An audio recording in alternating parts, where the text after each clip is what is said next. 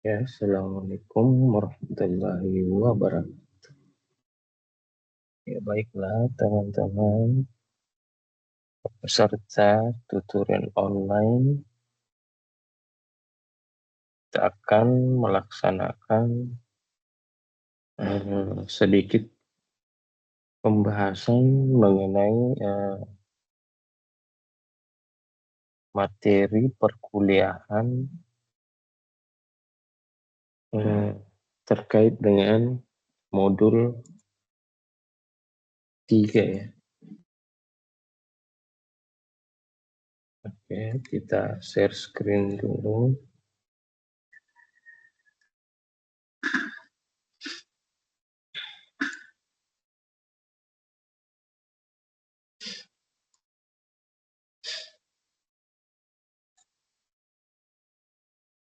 Iya, pembahasannya adalah dinamika sistem pemerintahan Indonesia. Ini inisiasi Tuton kedua ya, mata kuliah sistem pemerintahan Indonesia, program studi ilmu pemerintahan. Ya. Materi inisiasi kedua yaitu modul 3 ya, dinamika sistem pemerintahan Indonesia. Di mana materinya itu dinamika konstitusi dan sistem pemerintahan di Indonesia, kemudian dinamika ketataklaksanaan dalam pemerintahan.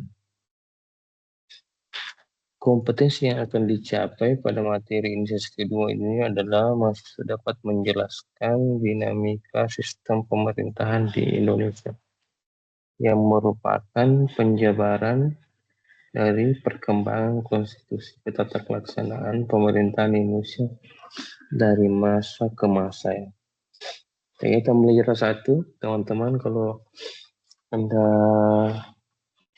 buka pada modulnya seperti ini, kegiatan belajar satu di modul ketiga itu akan membahas tentang dinamika konstitusi dan sistem pemerintahan Indonesia.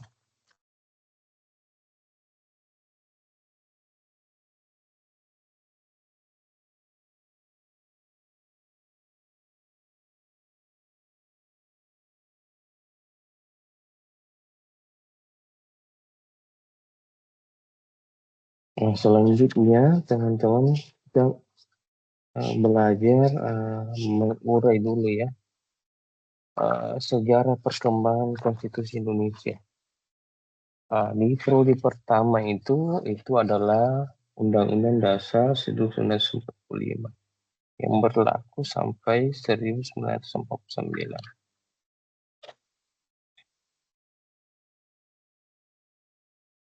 Di mana fungsi legislatif masih dilaksanakan oleh KNIP ya, jadi belum ada sistem DPR seperti dulu. Ini perwakilan-perwakilan di setiap pulau ya. Kemudian dibentuk kabinet sistem semi presidensial dan semi parlemen. Jadi pada saat itu bentuk pemerintahan Indonesia masih abu-abu ya, belum mengarah ke presidensial maupun parlementer. Jadi masih ada perdebatan antara keduanya. 1945 disahkanlah Konstitusi RIS. Konstitusi RIS ini Republik Indonesia Serikat ini sistemnya dia parlementer ya, dengan bentuk negara federasi. Jadi Indonesia pada saat itu bukan seperti yang sekarang. Jadi dia sistem parlementer, nanti dia akan dipimpin oleh Perdana Menteri ya. Kemudian bentuk negara federasi itu ya bukan berdasarkan provinsi ya, tapi negara bagian. Kayaknya dulu ada namanya negara bagian Indonesia ya, Indonesia Timur. Kemudian periode Undang-Undang Dasar 1950 sampai 1959 itu sistem pemerintah parlementer ya. Pertama kali digelar pemilihan umum. Jadi di sini ada pemilihan umum. Kemudian periode itu dikembalikan ke 1945 ya teman-teman. Di mana berlaku demokrasi terpimpin dengan presiden mengangkat ketua dan wakil ketua MPR, DPR, Mahkamah Agung, serta wakil DPA menjadi menteri negara ya. MPR menetapkan Soekarno sebagai presiden seumur hidup. Jadi pada saat itu Soekarno mengembalikannya. Jadi dulu di periode parlementer itu dipimpin oleh Ahmad Syafruddin. Tapi kemudian dikembalikan oleh Soekarno menjadi bentuk Negara Kesatuan Republik Indonesia lagi ya, teman-teman. Dengan menetapkan Soekarno sebagai pemerintahan seumur hidup. Jadi presiden seumur hidup. Kemudian Undang-Undang 45 ini masa Orde Baru ya. Jadi Soekarno runtuh, kemudian Soeharto naik menjabat sebagai presiden. Ini dikembalikan pada Undang-Undang 1945 dan Pancasila. Tapi dalam pelaksanaannya itu terjadi banyak penyimpangan ya, karena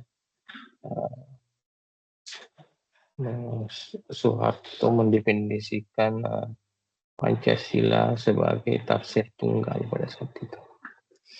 Kemudian periode reformasi berlaku Undang-Undang 1445 yang diamandemen. Kemudian terjadi perubahan sistem pemerintah, penghapusan sekaligus penambahan lembaga negara. Jadi seperti Mahkamah Konstitusi dan beberapa lembaga negara dibentuk seperti terpisahnya Polri dari ABRI, kemudian lahirnya KPK dan lain-lain.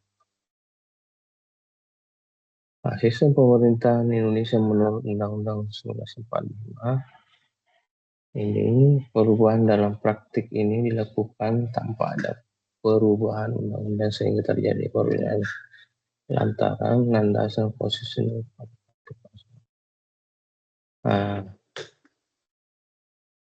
Kemudian kekuasaan legislatif diambil alih oleh KNIP ya.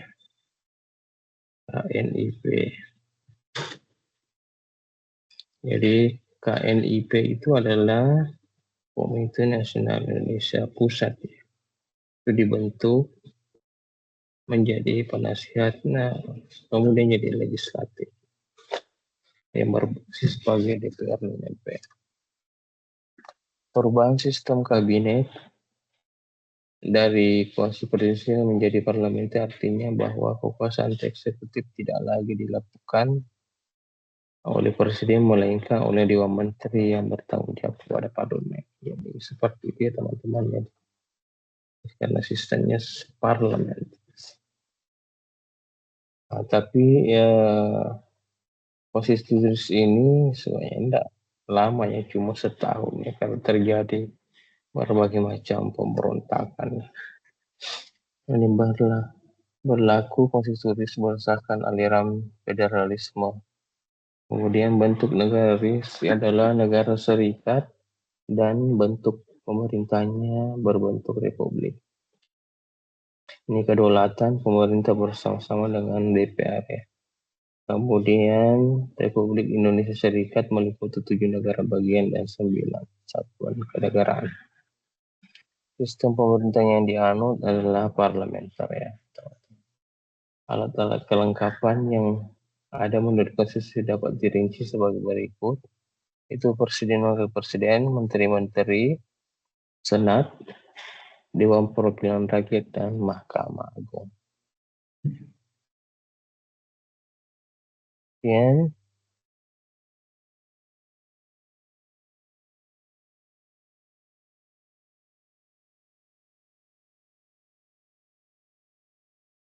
Ya, sistem pemerintah Indonesia ini tadi ya dikenal dengan demokrasi parlementer atau demokrasi liberal. Ini ada beberapa kelengkapannya. Nah, sistem pemerintahan ini, kabinet parlementer, dewan menteri bertanggung jawab kepada parlemen. Sedangkan posisinya hanyalah kepala negara. Jadi presiden itu tidak terlalu berfungsi karena yang berfungsi adalah kabinet yang disusun oleh perdana menteri pada parlemen. Kemudian sistem pemerintah Indonesia menurut Undang-Undang 1945 ini tahun diterapkan 1999 sampai 66 ya teman-teman. Itu dikembalikan kepada sistem presidensial. Jadi presiden kembali berfungsi sebagai penguasa eksekutif ya. Kemudian mengatur presiden sebagai kepala negara, sebagai kepala eksekutif, tidak bertanggung jawab kepada DPR, tunduk dan bertanggung jawab kepada MPR. Alat kelengkapan negara ini presiden, MPR, Dewan Pertimbangan Agung, sedangkan DPR berdasarkan hasil pemilihan umum, kemudian Dewan Perwakilan Rakyat gotong royong ya. Dasar-dasar kepemimpinan disebut sebagai demokrasi terpimpin. Kemudian MPR karena sebagai presiden seumur hidup.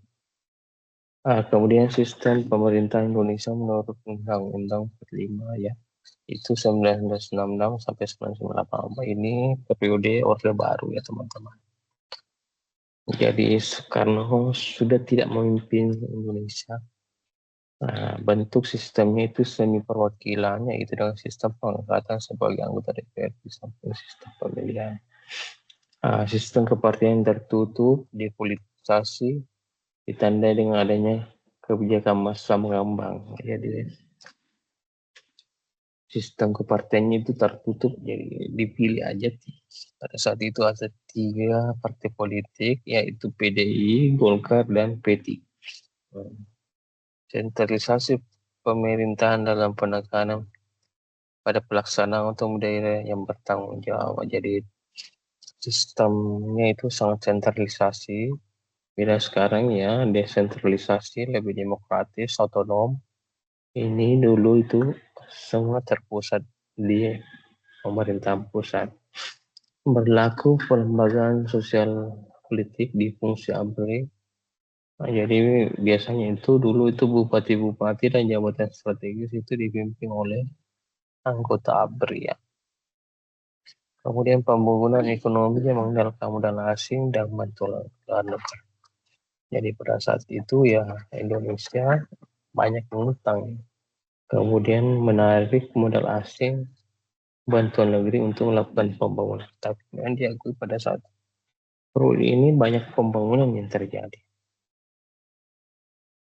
Ini pasca reformasi terjadi perubahan mendasar struktur negara dengan menerapkan check and balance dan dalam pemerintahan demokrasi dan pemerintahan yang bersih dan transparan. Jadi teman-teman, jadi ini ada perubahan yang betul-betul sangat besar.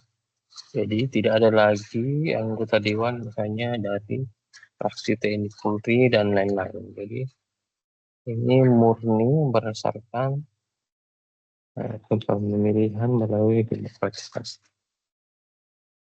Kemudian MPR menjadi bikameral terdiri antara Dewan Perwakilan Rakyat, Dewan Perwakilan Daerah, sama anggota MPR harus dipilih. Jadi di MPR itu terdiri dari DPR, DPD, dan MPR.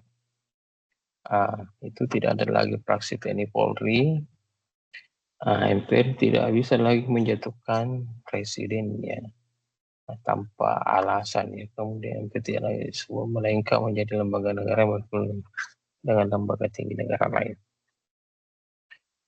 Presiden Wapres memiliki otoritas legitimasi yang kuat karena dipilih oleh langsung rakyat.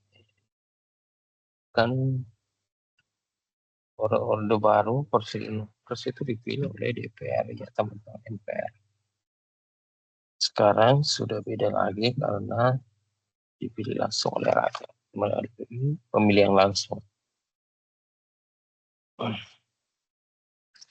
Tata pelaksanaan pemerintah, penataan kelembagaan dengan tujuan utama menata dan menyempurnakan sistem organisasi dan manajemen pemerintahan provinsi, pemerintahan kabupaten agar lebih profesional, efektif, dan efisien. Meliputi menyempurnakan sistem kelembagaan yang ramping, fleksibel, berdasarkan prinsip-prinsip governance. Nah, teman-teman harus belajar tentang prinsip-prinsip governance, kemungkinan di ujian nanti banyak juga ya. Kemudian menyempurnakan sistem pemerintahan administrasi negara dengan mempercepat desentralisasi. Jadi, terjadi proses desentralisasi hanya di perubahan administrasi negara itu berpikir dari atas ke bawah. Penyempurnaan tata laksana hubungan kerja antar lembaga atau provinsi dan itu jadi kewenangan antara provinsi dan kabupaten itu diatur kembali dan bagaimana sistem hubungan mereka. Menciptakan sistem pemerintah administrasi pendukung harus yang efektif dan efisien. Jadi ini sudah menciptakan sistem administrasi pendukung jadi lebih efektif dan efisien, menyelamatkan dan melestarikan berbagai dokumentasi. Ini otonomi daerah ini saat era reformasi dapat mempercepat terwujud kesejahteraan melalui peningkatan pelayanan, pemberdayaan, peningkatan peran. Ini otonomi daerah terdapat hubungan sinergis antar lembaga pemerintahan pusat, daerah, meliputi keuangan, pelayanan umum, pemanfaatan sumber daya alam, adapun pemerintah dengan pemerintah daerah perlu mendapat perhatian dalam bidang yang dimaksud bidang keuangan. Jadi tetap ada poinnya cuma dia bisa ya. Jadi pemerintahan luka menurut James Manner paling tidak memiliki 4 faktor. Kekuasaan yang memadai agar mampu membalikan pengaruh yang juga memadai, sistem politik dan pelaksanaan kegiatan pemerintah. Kemudian sumber-sumber keuangan yang memadai untuk menjalankan tugas-tugas. Kapasitas administrasi yang memadai, mekanisme akuntabilitas pertanggungjawaban yang dipercaya. Ini 4 faktor untuk membentuk pemerintahan lokal. Ini demokrasi lokal. Ini adanya sistem demokrasi yang stabil, nilai-nilai demokrasi, adanya regulasi yang baik dan tegas. Kemudian prosedur pengambilan keputusan yang melibatkan partisipasi dan umpan balik dari sektor swasta, masyarakat sipil, partai politik, dan kelompok-kelompok negara lain.